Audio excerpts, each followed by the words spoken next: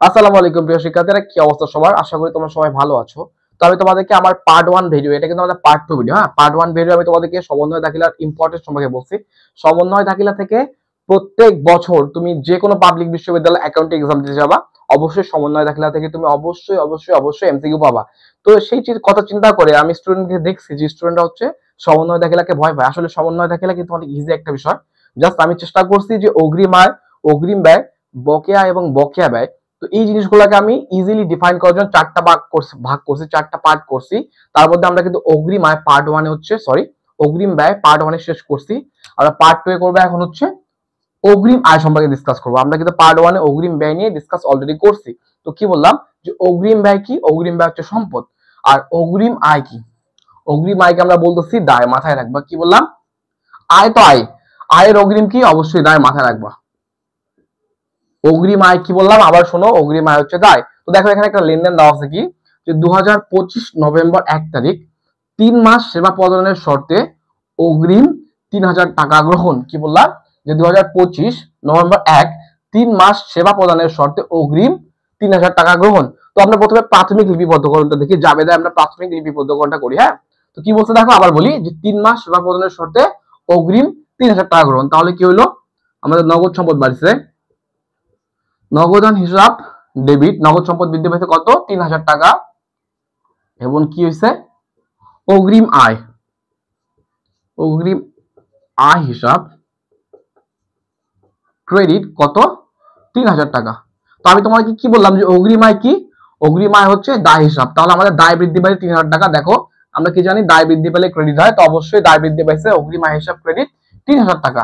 এখন আমাদের করতে হবে সমন্বয়। ওকে, কি বললাম? এখন আমরা সমন্বয় করব। তো সমন্বয় পাঠটা করি। দেখো কি বলছে, যে নভেম্বর 1 তারিখ 3 মাসের সেবা প্রদানের শর্তে অগ্রিম গ্রহণ করা হয়েছে কত টাকা? 3000 টাকা। তাহলে আমাদের হিসাবকাল কতটা? হিসাবকাল হচ্ছে 2025। তাহলে 2025 এ আমাদের হিসাবকালটা শেষ করতে হবে 2025 সালে, ঠিক আছে? তাহলে দেখো নভেম্বর ডিসেম্বর, তাহলে আমাদের হিসাবকালে কত মাসের হিসাব করতে হবে? অবশ্যই আমাদের 2 মাসের হিসাব করতে হবে। এবার কি করছি আমরা? হচ্ছে 3 মাসের টাকা গ্রহণ করছি। এবার আমাদের 2025 সালে কয়টা হিসাবকাল ছিল? দুইটা, একটা হচ্ছে নভেম্বর মাস, একটা হচ্ছে ডিসেম্বর মাস।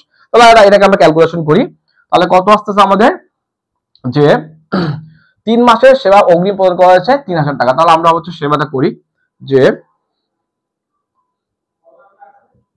অগ্রিম সেবা আয়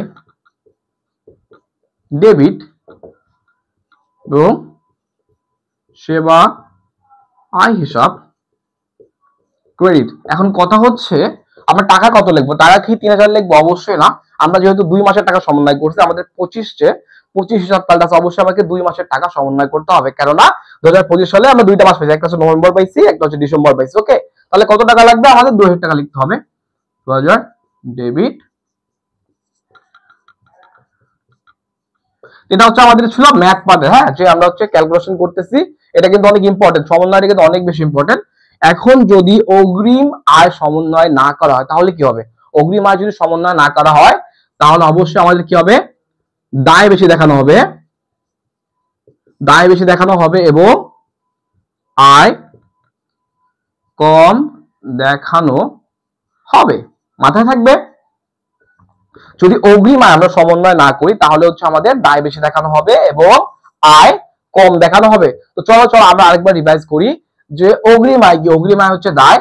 তো এখানে দেখো 3 মাস সেবা প্রদানের শর্তে অগ্রিম 3000 টাকা গ্রহণ, প্রাথমিক লিপিবদ্ধ গ্রহণ করলাম, নগদ বৃদ্ধি পাইছে 3000 টাকা এবং অগ্রিম আয় আমাদের দায় বৃদ্ধি পাইছে 3000 টাকা। ওকে, সমন্বয় করব। হিসাবকাল ছিল আমাদের 2025, হিসাবকাল আমাদের 2025। তো 2 মাসের সমন্বয় করছে। দেখো অগ্রিম সেবা আয় 2000 টাকা, দায় কমছে আমাদের 2000 টাকা এবং সেবা আয় কনভার্ট হয়েছে 2000 টাকা, মানে আমাদের আয় বৃদ্ধি পাইছে 2000 টাকা। এবং যদি আমরা অগ্রিম আয় সমন্বয় না করি তাহলে কি হবে? অবশ্যই আমাদের কি হবে? দায় বেশি দেখানো হবে এবং আয় কম দেখানো হবে। তো আশা করি বুঝতে পারছো। পার্ট 3 দেখার আমন্ত্রণ রইল, যেখানে আমরা হচ্ছে বকেয়া আয় এবং বকেয়া ব্যয় নিয়ে ডিসকাস করব। তো সেই পার্টটা অবশ্যই দেখবা। আশা করি তোমরা উপকৃত হবা। ধন্যবাদ সবাইকে। আসসালামু আলাইকুম।